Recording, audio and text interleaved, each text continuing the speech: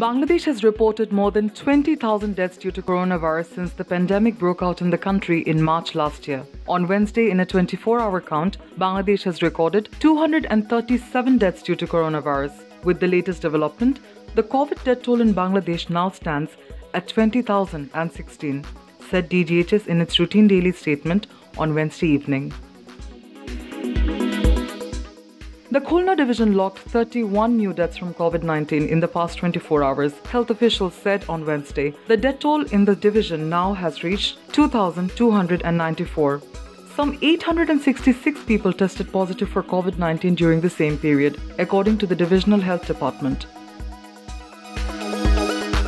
The Executive Committee of the National Economic Council (ECNEC) has approved a Taka 427.30 crore project to create jobs for the expatriate workers who have returned home from abroad because of the COVID-19 pandemic. The approval came from the first ECNEC meeting in the current fiscal year, held on Wednesday, with ECNEC chairperson and Prime Minister Sheikh Hasina in the chair.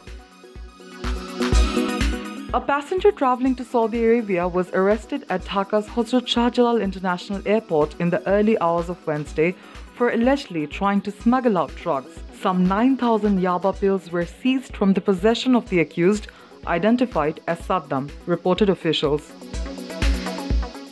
The maritime ports of Chittagong, Cox's Bazar, Mongla and Paira have been advised to host local cautionary signal number 3 as the low pressure over the North Bay has turned into a well-marked low. The low pressure over the North Bay and the adjoining area now lies over the southwestern part of Bangladesh and adjoining area, as well as a well-marked low, said a Met Office bulletin on Wednesday.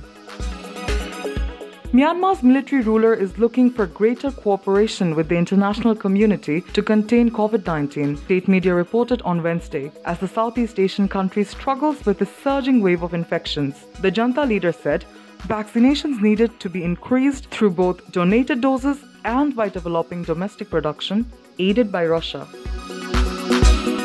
U.S. Secretary of State Antony Blinken met his Indian counterpart and other officials on Wednesday before heading to see Prime Minister Narendra Modi, as the China rivals seek to deepen their cooperation and iron out differences. Blinken is expected to discuss supplies of COVID-19 vaccines, the security situation in Afghanistan, as well as India's human rights issues.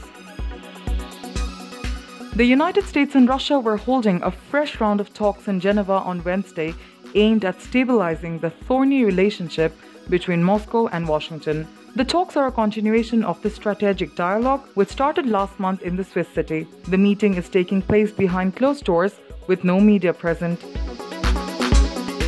AstraZeneca's COVID-19 vaccine carries a small extra risk of rare blood clots with low platelets after the first dose and no extra risk after the second, a study led and funded by the drug maker showed on Wednesday, after worries over side effects. Facebook will stop allowing advertisers to target people under 18 on its platforms based on their interests or their activity on other sites, it said on Tuesday in a slew of announcements about young users. The change means advertisers will soon be able to target under 18s only on Facebook, its messenger service, and its photo sharing platform Instagram.